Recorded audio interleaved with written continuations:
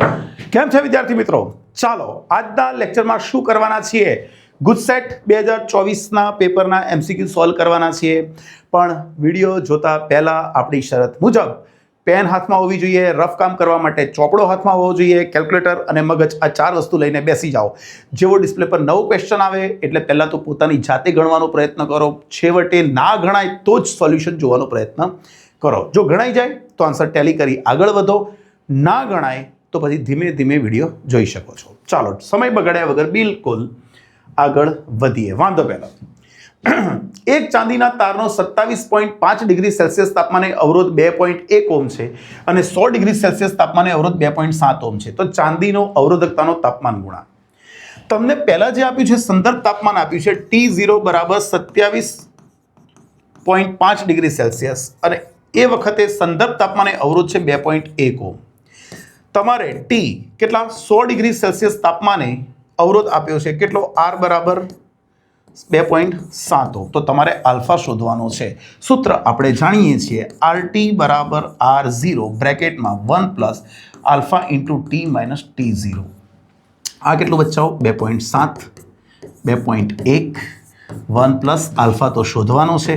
અહીંયા 100 માઇનસ 27.5 આ થઈ જશે. ભાગાકાર કરીશું તો 27 ભાગ્યા 21 બરાબર 1 પ્લસ 72.5 આલ્ફા. આ બાદબાકી કરીશું તો 72.5 આવશે. એકને આ બાજુ લાવું તો 27/21. ભાઈ તમને ડાયરેક્ટ આવડતું હોય તો તમે કેલ્ક્યુલેટર યુઝ કરજો, મને વાંધો નથી. તમને આવડતું હોય તો કેલ્ક્યુલેટર યુઝ કરી જ લેવાનું. તો આ બાજુ આવશે તો આ શું થશે? 27માંથી 21 છે તો કેટલા થાય? ઓકે, કામ કરું, અહીંયા 3 તો 7 અને 3 તો 9 કરી નાખું તો આ થશે 2/7 બરાબર 72.5 આલ્ફા. આલ્ફાની વેલ્યુ મૂકી દઈશ તો 2/7 ગુણ્યા 72.5 આલ્ફા બરાબર 77 49 50. 0.4ની આજુબાજુનો જવાબ આવશે. 0.4 એટલે અહીંયા 0.0039 મૂકી દઉં છું. કેલ્ક્યુલેટર કરી લેજો, આન્સર આવી જશે. આ -3 ડિગ્રી સેલ્સિયસ ઇનવર્સ. એકમ ખાસ યાદ રાખજો. જુઓ અહીંયા બે વેલ્યુ સેમ જ છે પણ એકમ જે હશે એ પ્રમાણે આપણે આન્સર આપવો પડે. તો એ 2 volt second upon ampere metre એ કઈ ભૌતિક રાશિ છે? યાદ રાખજો, વોલ્ટ સેકન્ડ પર એમ્પિયર મીટર. તો આને આપણે ગણવાનું છે. પારિમાણિક સૂત્ર ઉપર જતું રહેવાનું. ભાઈ આનો એકમ શું થશે? આનો એકમ થશે પારિમાણિક સૂત્ર થશે m1 L2 T-3 A-1. આ સેકન્ડ કોણ થશે? T1. એમ્પિયર કોણ થશે? A1 અને લંબાઈ કોણ છે? L1. તો આ થઈ જશે m1 L1 T-2 A-2. તમે જોઈ શકો કે આ જે કહેવાય એ ન્યૂટન કહેવાય અને અપોન એમ્પિયરનો સ્ક્વેર એકમ બનાવી દીધો. તો આ કોણ છે? તમને ખબર પડવી જોઈએ કે આ પરમિએબિલિટીનો એકમ છે 4π × 10⁻⁷ ન્યૂટન પર એમ્પિયર સ્ક્વેર. ખરું? 3 આદર્શ એમીટર અને આદર્શ વોલ્ટમીટરના અવરોધો. આદર્શ એમીટરનો અવરોધ કેટલો હશે? 0 અને વોલ્ટમીટરનો અવરોધ કેટલો હશે? અનંત. તો જવાબ આવશે 0 અને અનંત. એક સોલેનોઇડના ગર્ભમાંના દ્રવ્યની સાપેક્ષ પરમિએબિલિટી 400 છે. સાપેક્ષ પરમિએબિલિટી μr તમને 400 આપી છે. સોલેનોઇડના આંટા ગર્ભથી અલગ કરેલા છે. આંટામાં 2 એમ્પિયરનો પ્રવાહ, દરેક આંટામાંથી પસાર થતો પ્રવાહ તમને 2 એમ્પિયર આપ્યો છે. 1 મીટર લંબાઈમાં 1000 આંટા છે. ઓકે, તો આંટા કેટલા છે? 1000 પ્રતિ મીટર. તમને કીધી છે ચુંબકીય તીવ્રતા. યાદ રાખજો, એકમ પરથી પણ ખબર પડવી જોઈએ કે ચુંબકીય તીવ્રતા એટલે બી નહીં. બી એટલે તો કોણ? બી એટલે તો થશે તમારી ચુંબકીય ક્ષેત્રની તીવ્રતા. આ નથી શોધવાની, આપણે શોધવાની છે ચુંબકીય તીવ્રતા. ચુંબકીય તીવ્રતાને કહીશું H બરાબર NI. N કેટલા છે? 1000. પ્રવાહ કેટલો છે? 2. તો આવી જશે 2 × 10⁻³ એમ્પિયર પ્રતિ મીટર. આવો આન્સર આપણી પાસે છે. આ રહ્યો કયો? બીમાં. ખરું કે નહીં? પણ જો ચુંબકીય ક્ષેત્રની તીવ્રતા કીધી હોત ને છોકરાઓ તો આપણે શું લખતા? ખરું સૂત્ર સોલેનોઇડનું ચુંબકીય ક્ષેત્ર μ0 NI. પણ ઝીરો ના લખાય, કારણ કે અહીંયા એના આંટાની વચ્ચે કોઈ માધ્યમ છે જેની પરમિએબિલિટી આપી છે સાપેક્ષ મ્યુ આર, તો મ્યુની જગ્યાએ શું લખી દેવાય? મ્યુ આર એટલે મ્યુ અપોન મ્યુ ઝીરો, તો મ્યુની જગ્યાએ mu R mu zero N I. આ 400, આ થશે 4 પાઈ ગુણ્યા 10⁻⁷, આંટા થશે 1000 અને પ્રવાહ થશે 2. આનું સાદુરૂપ આપી દેજો તો આ ટેસ્લામાં જવાબ આવશે. એટલે બંને આ ક્વેશ્ચનમાં વારે ઘડીએ ટ્વિસ્ટ કરતા હોય છે આ લોકો. કોઈક વાર ચુંબકીય ક્ષેત્રની તીવ્રતા પણ પૂછે અને કોઈ વાર ચુંબકીય તીવ્રતા પૂછે. કયા સમયે કયું સૂત્ર વાપરવું મગજમાં સેટ થવું જોઈએ. ફિલહાલ अपना आंसर ये है, ये वाला सही सही. એક નાના ગજિયા ચુંબકને તેની અક્ષ શું છે 0.5 ટેસ્લાના નિયમિત ચુંબકીય ક્ષેત્ર સાથે 30 ડિગ્રી કોણ બનાવે તે રીતે મૂકતા આટલું ટોર્ક લાગે છે. જો પહેલાં તો ડેટા મગજમાં ફિટ કરો. ચુંબકીય ક્ષેત્ર 0.5 ટેસ્લા આપેલું છે, એની અક્ષ થીટા 30 ડિગ્રી ખૂણો બનાવે છે ચુંબકીય ક્ષેત્ર સાથે, અને ટોર્ક લાગે છે 4.5 ગુણ્યા 10⁻²જૂલ. તો આપણે ગણવાની છે મેગ્નેટિક મોમેન્ટ, એટલે કોણ? એમ મેગ્નેટિક મોમેન્ટ ધરાવતા ગજિયા ચુંબકને બી જેટલા ચુંબકીય ક્ષેત્રમાં થીટા કોણે મૂકીએ તો લાગતા ટોર્કનું સૂત્ર આ રહ્યું. ટોર્ક કેટલું? 4.5 ગુણ્યા 10⁻². મોમેન્ટ ગણવાની છે. બી કેટલું છે? 0.5 છે, અને સાઈન 30 ડિગ્રી મૂકી દો તો 1/2. 0.5 એટલે 1/2, 2 4, 4 અહીંયા ગુણાશે ખરું ને? હા, તો અહીંયા 1/2 એટલે 4, 4 ચોક 16, 18 થશે. 18 ગુણ્યા 10⁻² is equal to into M થશે. ખરું કે નહીં બચ્ચાઓ? ફરી એકવાર જોઈ લો. તો ચુંબકીય ક્ષેત્ર 0.5 છે, તો 1/2, 4, 4 ચોક 16, 18, તો એમ બરાબર શું આવશે? 18 ગુણ્યા 10⁻². ટેસ્લા જવાબ આવી જશે. પાકો. નેક્સ્ટ, 10 સેન્ટીમીટર બાજુવાળી અને 0.5 ઓહ્મ અવરોધ ધરાવતી એક ચોરસ લૂપ પૂર્વ પશ્ચિમ દિશામાં ઊભી મૂકવામાં આવેલી છે. 0.1 ટેસ્લાનું એક સમાન ચુંબકીય ક્ષેત્ર સમતલ પર ઉત્તર પૂર્વ દિશામાં લાગુ પાડેલ છે. આ ચુંબકીય ક્ષેત્ર 0.7 સેકન્ડમાં અચળ દરે ઘટાડીને શૂન્ય કરવામાં આવે છે. તો આ સમયગાળામાં પ્રેરિત થતો પ્રવાહ ગણવાનો છે. ભાઈ પહેલાં મારે ગણવું પડશે EMF, અને EMF ભાગ્યા અવરોધ કરીશ તો મને મળી જશે. ખરું? તો પહેલાં તો EMFનું સૂત્ર શું છે? ભાઈ EMFનું સૂત્ર બની ગયા ફ્લક્સમાં થતો ફેરફાર ભાગ્યા સમયગાળો, ઋણ ચિહ્ન અવગણતા. હવે પહેલાં તો પરિસ્થિતિ વિચારો કે આપણી પાસે આ છે north, south, east and totally west. તો અહીંયા તમે ચુંબકીય ક્ષેત્ર કઈ દિશામાં છે? ચુંબકીય ક્ષેત્ર ઉત્તર પૂર્વ દિશામાં છે. ચુંબકીય ક્ષેત્ર આમ છે, ઉત્તર પૂર્વ દિશામાં, એટલે આ ખૂણો 45 ડિગ્રી કહેવાય. કેટલા ડિગ્રી? 45 ડિગ્રી. અહીંથી કહેવાય કે અહીંથી કહેવાય.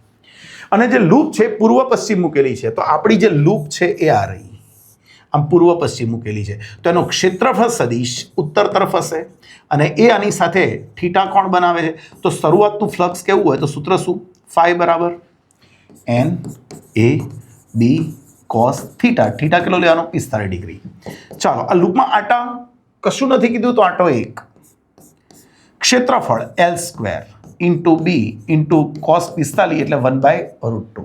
ચાલો અહીંયા મૂકીએ. લંબાઈ કેટલી આપી છે? 10 સેન્ટીમીટર. 10 સેન્ટીમીટર એટલે 10⁻1 નો સ્ક્વેર. ચુંબકીય ક્ષેત્ર કેટલું છે? 0.1 એટલે 10⁻1, અને 1/√2 એટલે 0.707, તો એને 0.7 કહી દઉં છું. તો શરૂઆતનું ફ્લક્સ તમને મળ્યું 0.7 ગુણ્યા 10⁻3 વેબર. શરૂઆતમાં આટલું ફ્લક્સ હતું, અને હવે તમે ચુંબકીય ક્ષેત્ર શૂન્ય કરી નાખ્યું તો અંતિમ ફ્લક્સ થઈ ગયું 0. ખરું કે નહીં? તો EMF શું થયું? અને આવું કેટલા સમયમાં થયું? સમયગાળો કેટલો? 0.7 સેકન્ડ. તો EMF ગણવું હોય તો ΔΦ/ΔT. ફ્લક્સમાં થતો ફેરફાર અંતિમ માઇનસ પ્રારંભિક કરવું પડે, પણ આપણે ઋણ ચિહ્ન અવગણતા, તો આના માઇનસ આ કરી લો, કોઈ વાંધો નહીં આવે. 0.7 ગુણ્યા 10⁻3, અને સમયગાળો પણ છે 0.7. આ બે નીકળી ગયા તો E બરાબર 1 ગુણ્યા 10⁻3 વોલ્ટ આવી જશે. હા કે ના બચ્ચાઓ? પાક્કો. તો હવે મારે અવરોધ પ્રવાહ ગણવો છે, તો E બરાબર IR, માટે I બરાબર E/R. E આપણી પાસે છે 1 ગુણ્યા 10⁻3, અને અવરોધ તમને આપ્યો છે 0.5. 10/5 એટલે કેટલા થશે? 2 ગુણ્યા 10⁻3 એમ્પિયર. ક્યાં છે આવો જવાબ? 2 × 10⁻³ એમ્પિયર. સહી સહી. 7મું, n આટા ધરાવતા વાહક ગુચલામાંથી વહેતો પ્રવાહ I એમ્પિયર હોય ત્યારે ઉત્પન્ન થતું આત્મપ્રેરકત્વ L હેનરી છે. હવે જો તેમાંથી પસાર થતો પ્રવાહ 5 એમ્પિયર કરવામાં આવે 5I તો આત્મપ્રેરકત્વ. એટલે આ છોકરાઓ આપણે ભણી ગયા છે કે સોલેનોઇડમાં જ્યારે પ્રવાહ પસાર કરવામાં આવે તો એની સાથે ફ્લક્સ સંકળાય. તો આ જે ફ્લક્સ છે એ પ્રવાહના સમપ્રમાણમાં હોય. ચલન દૂર કરીએ તો અહીંયા L આવશે, તો L બરાબર 5/I. I વધારશો તો ફ્લક્સ પણ વધશે, પણ ગુણોત્તર કેવો રહે? અચળ રહે. યાદ રાખો. તો L એ 5KI પર આધારિત નથી. યાદ રાખજો. તો કોના ઉપર આધારિત છે? ભાઈ સોલેનોઇડનું ઇન્ડક્ટન્સ આપણે ભણી ગયા હતા μ0n² × n²Al. આ તો બદલતા નથી. આપણે તો ખાલી પ્રવાહ ગમે તેટલો કર્યો છે, 5 ગણો 10 ગણો, તો ઇન્ડક્ટન્સ જે હશે એનું એ જ રહેશે. ખરું? ચલો નેક્સ્ટ. 50 મિલી હેનરીના એક શુદ્ધ ઇન્ડક્ટરને 220 વોલ્ટના સ્ત્રોત સાથે જોડેલ છે. જો સ્ત્રોતની આવૃત્તિ 50 હર્ટ્ઝ હોય તો પરિપથનો RMS પ્રવાહ મારે ગણવાનો છે. RMS પ્રવાહ. ઓકે, તો હું એટલું જાણું કે ભાઈ પરિપથમાં IRMS = VRMS/Z. પણ પરિપથમાં માત્ર ઇન્ડક્ટર છે એટલે Z કોણ થશે? ખાલી ઓમેગા L. અને ઓમેગાની જગ્યાએ આપણે મૂકી શકીએ 2πν × L. ચાલો IRMS. VRMS અહીંયા વોલ્ટેજમાં કશું નથી કીધું એટલે આ તમારો VRMS કહેવાય. 220 અહીંયા 220 છે એટલે પાઈની જગ્યાએ મૂકી દો 22/7. આવૃત્તિ છે 50 અને ઇન્ડક્ટન્સ 50 મિલી હેનરી 10⁻³ 22 છે તો અહીંયા થશે 10. ખરું? ઓકે, 1 મિનિટ કાઢી નાખીશું. અહીંયા આ ઉપર જશે.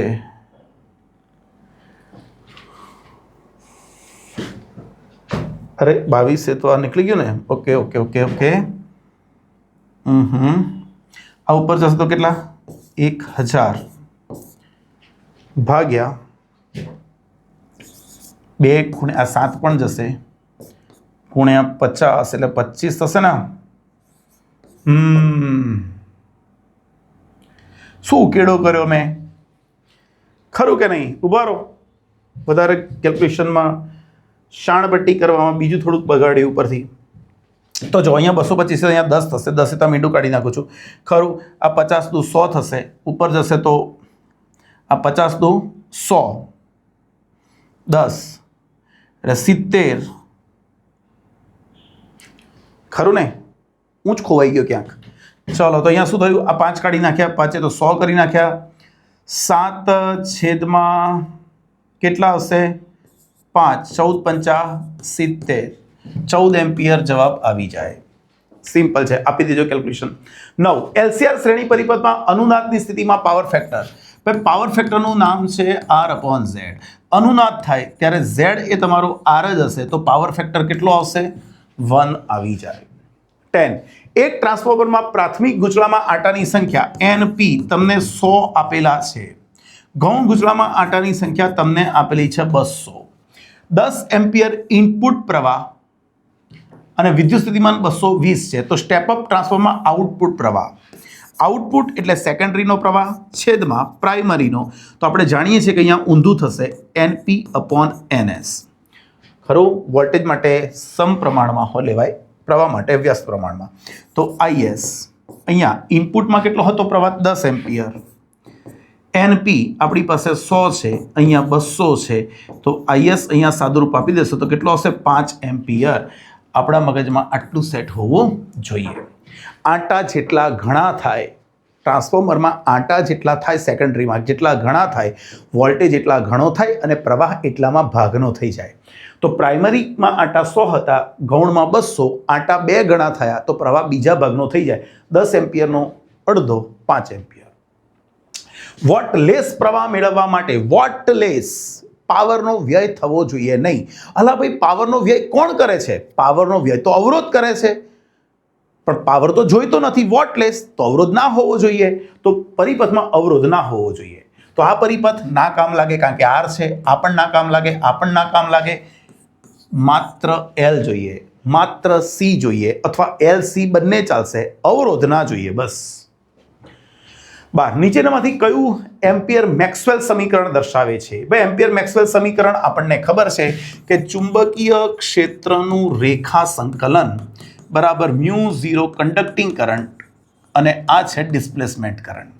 તો μ0 IC અને અહીંયા લખતા હતા μ0 એપ્સાઇલન 0 d phi વિદ્યુત ફ્લક્સનું સમયની સાપેક્ષે વિકલન. એટલે આપણો જવાબ આવી જશે કયો? આન્સર બી છે.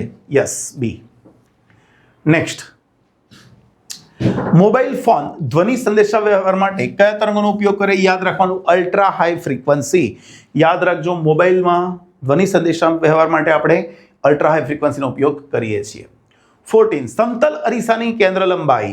સમતલ અરીસો હોય તો એની કેન્દ્ર લંબાઈ કેટલી લઈએ છે? અનંત લઈએ છીએ. કેટલી? અનંત. હા, એનો પાવર શૂન્ય થાય. જો એનો પાવર પૂછ્યો હોય તો 1/f, તો 1/∞ તો 0, પણ અહીંયા કેન્દ્ર લંબાઈ કીધી છે તો અનંત. હવાના માધ્યમમાં રાખેલા અને n બરાબર 1.5 વક્રીભવનાંક ધરાવતા કાચની ગોળીય સપાટીથી અનંત અંતરે મૂકેલ વસ્તુનું પ્રતિબિંબ ક્યાં મળશે? ગોળીય સપાટીની વક્રતા ત્રિજ્યા r લો. એક ગોળીય સપાટી છે જેની વક્રતા ત્રિજ્યા r છે, એની એક બાજુ હવા છે અને બીજી બાજુ છે 1.5. અહીંયા તમે u અંતર કેટલું લેવાના છો? અનંત. તો પ્રતિબિંબ ક્યાં મળશે એ ગણવાનું છે. અરે તો પ્રતિબિંબ ક્યાં મળવાનું છે એ આપણે ગણવાનું છે અહીંયા. તો ચાલો, ગોળીય સપાટી માટે સૂત્ર છે n1/-u plus n2/v is equal two n2 - n1/r.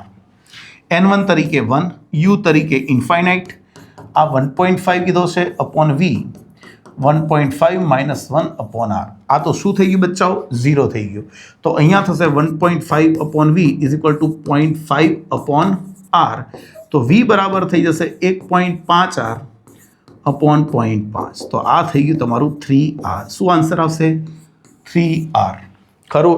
અથવા તમે કહી શકો કે અનંત અંતરે મૂકેલી વસ્તુના કિરણો જ્યાં કેન્દ્ર થાય એ તમારું દ્વિતીય મુખ્ય કેન્દ્ર હોય, દ્વિતીય મુખ્ય કેન્દ્ર, અને જેનું સૂત્ર આપણે ભણી ગયા હતા n2r અપોન n2 - n1. યાદ રાખવાનું, બરોબર છે. 16, 4 ડિગ્રી પ્રિઝમ કોણ ધરાવતા પાતળા પ્રિઝમના દ્રવ્યનો વક્રીભવનાંક આપેલો છે. જો આ પ્રિઝમ કોણ છે, આ એનો વક્રીભવનાંક n આપેલો છે, તો તમને લઘુત્તમ વિચલન કોણ ડેલ્ટા કીધો છે. પાતળા પ્રિઝમ માટે, પાતળા પ્રિઝમ, નાનો પ્રિઝમ કોણ હોય તો ડેલ્ટા બરાબર સૂત્ર બની ગયા હતા n - 1 × a. ડેલ્ટા શોધવાનું છે n 1.6 - 1 અને 1 એટલું 4 ડિગ્રી, તો અહીંયા થશે 0.6 એટલે 2.4 ડિગ્રી આન્સર આવી જાય. નેક્સ્ટ, 17, રિફ્રેક્ટિંગ ટેલિસ્કોપમાં ઓબ્જેક્ટિવની કેન્દ્ર લંબાઈ 1 મીટર છે અને આઈપીસની કેન્દ્ર લંબાઈ 1 સેન્ટીમીટર. ઓબ્જેક્ટિવની કેન્દ્ર લંબાઈ 1 મીટર, તો આને 100 સેન્ટીમીટર કહી દઈશું કારણ કે અહીંયા સેન્ટીમીટર છે. આઈપીસની કેન્દ્ર લંબાઈ 1 સેન્ટીમીટર જ છે, તો એની મોટવ શક્તિ અથવા તો મોટવણી કીધી હોય તો FO/FE. સામાન્ય ગોઠવણી માટે ટેલિસ્કોપની મોટવણીનું સૂત્ર છે FO/FE. 100/1, જવાબ આવશે 100. 18, એક જ તરંગ અગ્રના કોઈ પણ બે કણો વચ્ચે કળા તફાવત. તરંગ અગ્રની વ્યાખ્યા છે કે સમાન કળા ધરાવતા કણોમાંથી પસાર થતા કાલ્પનિક પૃષ્ઠને તરંગ અગ્ર કહેવાય. અલ્યા ભાઈ, એવા કણોમાંથી પસાર થાય જેમની કળા સરખી જ છે, તો કળા તફાવત ઇઝ 0. 19, યંગના બે સ્લિટના પ્રયોગમાં બે સ્લિટ વચ્ચેનું અંતર એટલે સ્મોલ ડી આપેલું છે. પડદો કેપિટલ ડી 1.4 મીટર દૂર મૂકેલો છે. મધ્યસ્થ પ્રકાશિતથી ચોથી પ્રકાશિત શલાકાનું અંતર 1.2 છે. ચોથી પ્રકાશિત, તો તરંગ લંબાઈ ગણવાની છે. ચાલો, જે આપેલું છે લખીએ. ડી કેટલું છે? 0.28 મિલીમીટર એટલે 2.8 × 10 - 4 મીટર. પડદો દૂર કેટલો છે? 1.4 મીટર. ચોથી પ્રકાશિત શલાકાનું અંતર આપેલું છે 1.2 સેન્ટીમીટર, 1.2 × 10 - 2 મીટર. તો તરંગ લંબાઈ ગણવાની છે. ચાલો, પ્રકાશિત શલાકા માટે આપણે શું સૂત્ર લખીએ છીએ? તો પદ તફાવત xd/d બરાબર n લેમ્બડા. n કેટલા લેવાના છે? 4. તો xd/d is equal two 4 lambda. તો લેમ્બડાને કરતા બનાવી દો, તો અહીંયા x4 small d upon 4 capital D. આ તમને આપ્યું છે 1.2 ગુણ્યા 10⁻², આ છે 2.8 ગુણ્યા 10⁻4 છેદમાં 4 અને આ 1.4, 1.4 એ તો 2, 2 એ તો 2, 2 એ તો અહીંયા 0.6 ગુણ્યા 10⁻6 મીટર, અને કરી નાખશો તો 6 ગુણ્યા 10⁻7 600 નેનોમીટર જવાબ આવી જાય. 20. કાચનો વક્રી વળાંક 1.6 છે. પ્રકાશની કાચમાં ઝડપ કેટલી હશે? બોલો, કેટલો ઇઝી ક્વેશ્ચન. n વક્રી વળાંકવાળા માધ્યમમાં પ્રકાશની ઝડપ v બરાબર c/n. c એટલે શૂન્યાવકાશમાં ઝડપ 3 ગુણ્યા 10⁸, અને આ 1.6 30 ભાગ્યા 1.6 1.875 થશે. 1.875 ગુણ્યા 10⁸, 1.88 વાળો આન્સર આપણને આપ્યો જ છે. ગણી નાખજો, બરોબર છે કેલ્ક્યુલેટરથી. 21. જૂલ સેકન્ડ કઈ ભૌતિક રાશિનો એકમ છે? યાદ રાખજો, જૂલ ઇન્ટુ સેકન્ડ આ પ્લાન્ક અચળાંકનો એકમ છે અને એક કોણીય વેગમાનનો પણ છે. આ બંનેના પરિમાણિક સૂત્રો એકમ જૂલ સેકન્ડ થાય તો અહીંયા આવશે કોણીય વેગમાન, જૂલ સેકન્ડ. 22.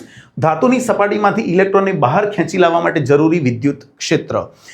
વિકિરણનો દ્વૈત સ્વભાવ. દ્રવ્ય અને વિકિરણના દ્વૈત સ્વભાવમાં આપણે ભણી ગયા કે ક્ષેત્રીય ઉત્સર્જન, ધાતુની સપાટી પર પ્રબળ વિદ્યુત ક્ષેત્ર લાગુ પાડીએ તો ઇલેક્ટ્રોન વિદ્યુતભાર ઉપર બળ લાગશે QE, અને એટલા માટે ઇલેક્ટ્રોન બહાર ખેંચાઈ આવશે.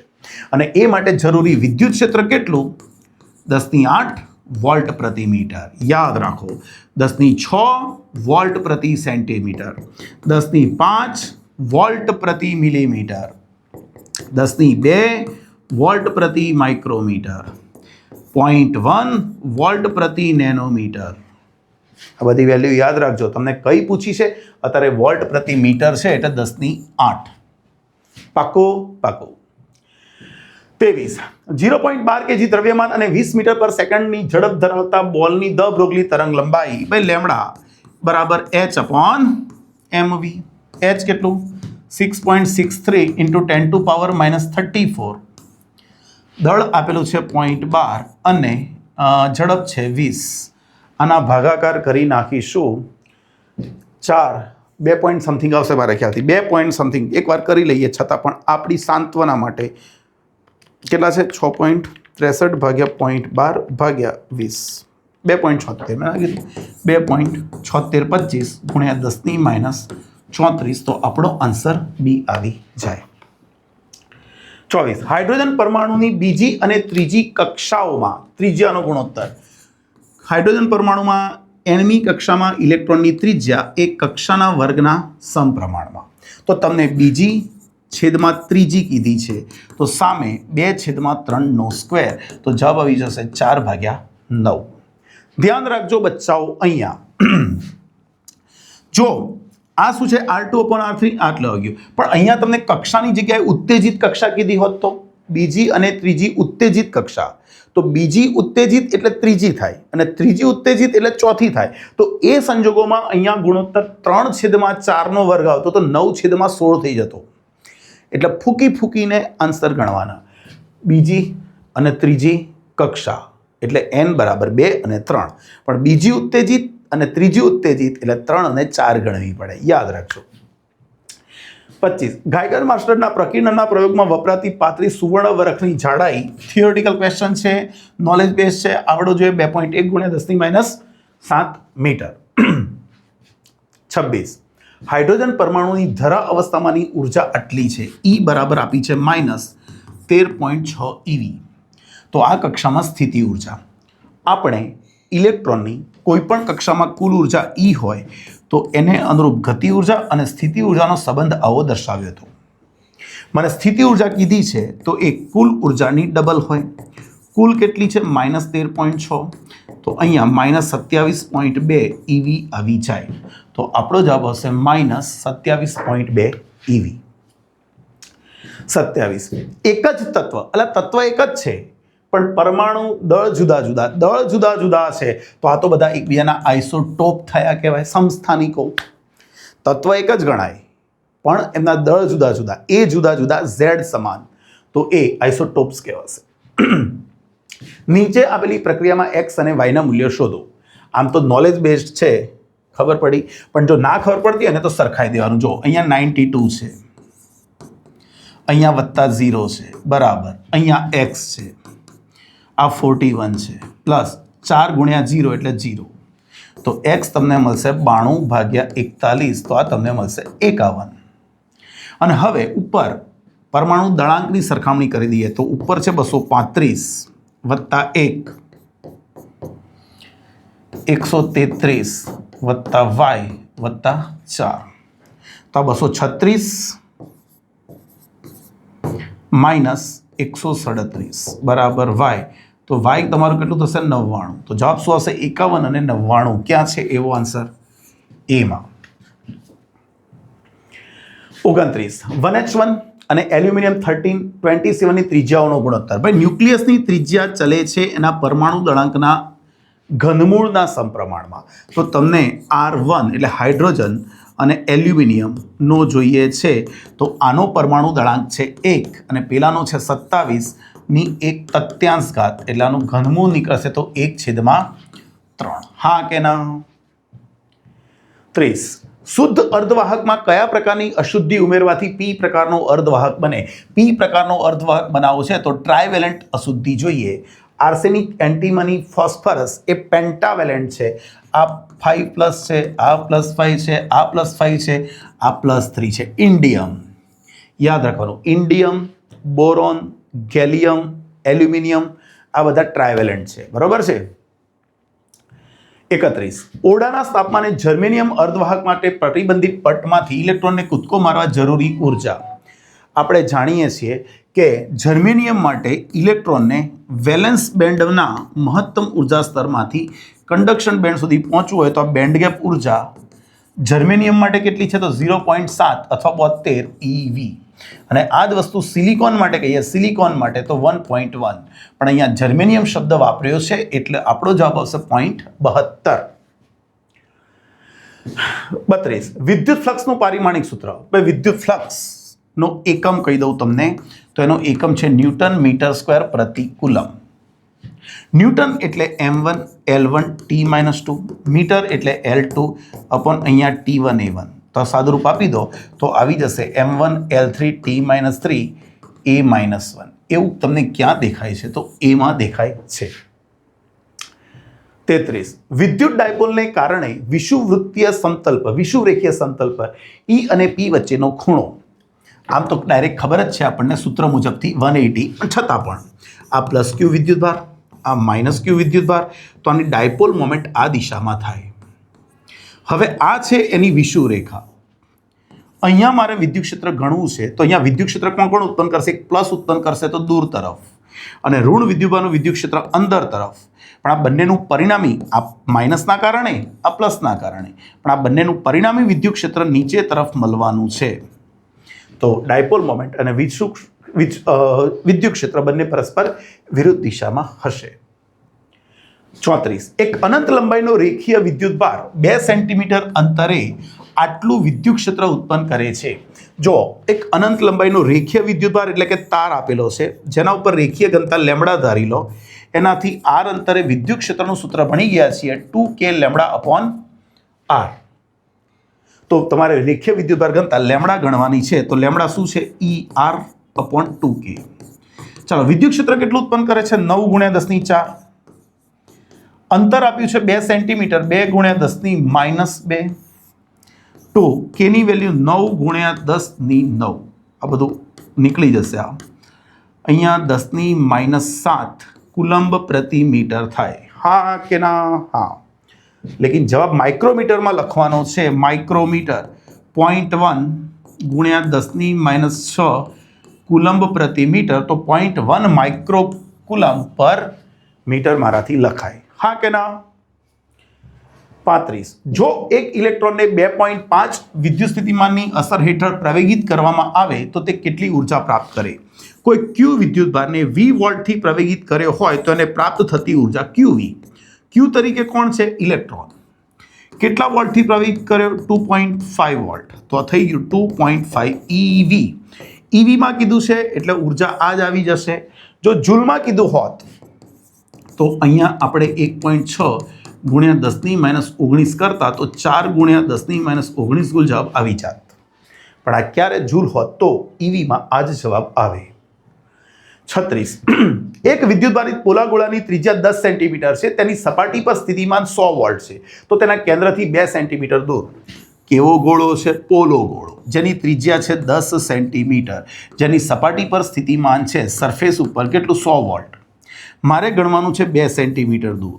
આપણે ભણી ગયા પોલા ગોળાના અંદરના કોઈ પણ બિંદુએ સ્થિતિમાન કેટલું જેટલું એની સપાટી પર હોય, અને સપાટી પર કેટલું છે? 100 વોલ્ટ. એટલે અહીંયા જવાબ આવશે 100 વોલ્ટ જ. 37 બે પ્લેટો વચ્ચે હવા હોય તેવા સમાંતર પ્લેટ કેપેસિટરનું કેપેસિટન્સ 4 પિકો ફેરાડે છે. જો શું કીધું છે? એક કેપેસિટર લઈ લઈએ કે જેની બે પ્લેટો વચ્ચેનું અંતર ડી છે અને શરૂઆતમાં હવા છે, હવા, તો એનું કેપેસિટન્સ છે C = ε0A/d C0. હવાની હાજરીમાં શૂન્યાવકાશમાં એનું કેપેસિટન્સ આટલું છે જે 4 પિકો ફેરાડે છે. આવું આપણને આપેલું છે. હવે શું કરવામાં આવે? બે પ્લેટો વચ્ચેનું અંતર અડધું કરવામાં આવે. એટલે આ છોકરાઓ, બે પ્લેટો વચ્ચેનું અંતર અડધું કરવામાં આવે એટલે d/2, અને તેની વચ્ચેનો અવકાશ k = 6 ડાઇલેક્ટ્રિક ધરાવતા માધ્યમ વડે ભરી દીધો. તો નવું કેપેસિટન્સ, ભાઈ નવું કેપેસિટન્સ કેટલું? k ε0A/d, પણ d તરીકે આપણે લેવાનું છે d/2. ચાલો આ બે ઉપર આવી જશે. k ની વેલ્યુ આપણને 6 ખબર છે અને ε0A/d આ કોણ? આ તો જૂનું કેપેસિટન્સ જે 4 છે. તો 2 × 6 × 4 24 દુ 48 પિકો ફેરાડ. કેટલો જવાબ આવશે? 48 પિકો ફેરાડ આપણો જવાબ આવી જશે. ખરું આવડવો જોઈએ. 38 પ્રવાહ ઘનતાનો એકમ, પ્રવાહ ઘનતા બરાબર I/A, તો એકમ થશે એમ્પિયર પર મીટર સ્ક્વેર. 39 એકમ વિદ્યુત ક્ષેત્ર દીઠ ડ્રિફ્ટ વેગ, એકમ વિદ્યુત ક્ષેત્ર દીઠ ડ્રિફ્ટ વેગ, આનું નામ તો આપણને ખબર જ છે. કઈ લીટી છે? મોબિલિટી. હા કે ના? 40 આકૃતિમાં દર્શાવેલ પરિપથમાં પ્રવાહ કેટલો? ભાઈ સૌથી પહેલા તો આવું દેખાય, આવો ચોરસ એટલે આપણને વિસ્ટર્ન બ્રિજ છે એવું દેખાય. પણ શું આ વિસ્ટર્ન બ્રિજ સમતોલનમાં છે? ચેક કરી જોઈએ. આનું થશે 2/4, આનું શું થશે? 2/4 એટલે 1/2. અહીંયા થશે 4/8 એટલે આ પણ 1/2.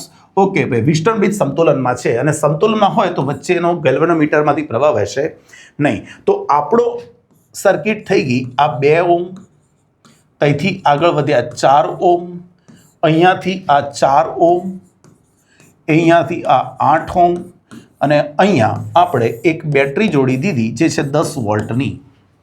ખરું? આવો આપણો પરિપથ આપણો આવો થઈ ગયો. તો પછી અહીંયા આ બંનેનું સમતુલ્ય અવરોધ કેટલો? 6 ઓહ્મ શ્રેણી જોડાણ. આ બંનેનો સમતુલ્ય કેટલો? 12 ઓહ્મ. અને આ 6 ઓહ્મ અને આ 12 ઓહ્મ સમાંતર જોડાણમાં, એટલે સમતુલ્ય 2 નો ગુણાકાર છેદમાં 2 નો સરવાળો. 6 દુ 12 અને 18. તો આ અહીંયા 3 અને અહીંયા થશે 4. તો સમતુલ્ય અવરોધ આવી ગયો 4 ઓહ્મ. તો તમને અહીંયા પ્રવાહ કીધો છે, તો પ્રવાહ શું મૂકીશું? I = V/R. V છે 10/4, આવી જશે 2.5 ampere. Where is that answer? That is in A. હા કે ના છોકરાઓ? આવડવો જ જોઈએ. પક્કા. ચાલો નેક્સ્ટ 40 થઈ ગયા. ઓકે, તો ફિર રિવાઇઝ અગેન. આ સાથે આપણે 2024નું પેપર પૂરું કર્યું. જો આ એકના એક જ ટાઈપના MCQ પૂછાયા કરે છે તો તૈયાર થઈ જાઓ, વારે ઘડી આ ઘણ્યા કરો. આંકડા ચેન્જ થશે, કોન્સેપ્ટ બહુ ચેન્જ નહીં થાય. 4-5 MCQ ટ્વિસ્ટ કરશે, બાકીના MCQ સેમ લેવલના જ પૂછાશે, તો આપણે એ માટે તૈયાર રહેવું પડશે. ખરું? ચાલો મળીએ નેક્સ્ટ લેક્ચરમાં એક નવા પેપર સાથે. ત્યાં સુધી મહેનત કરતા રહેજો, ગણતા રહેજો, છોડતા નહીં.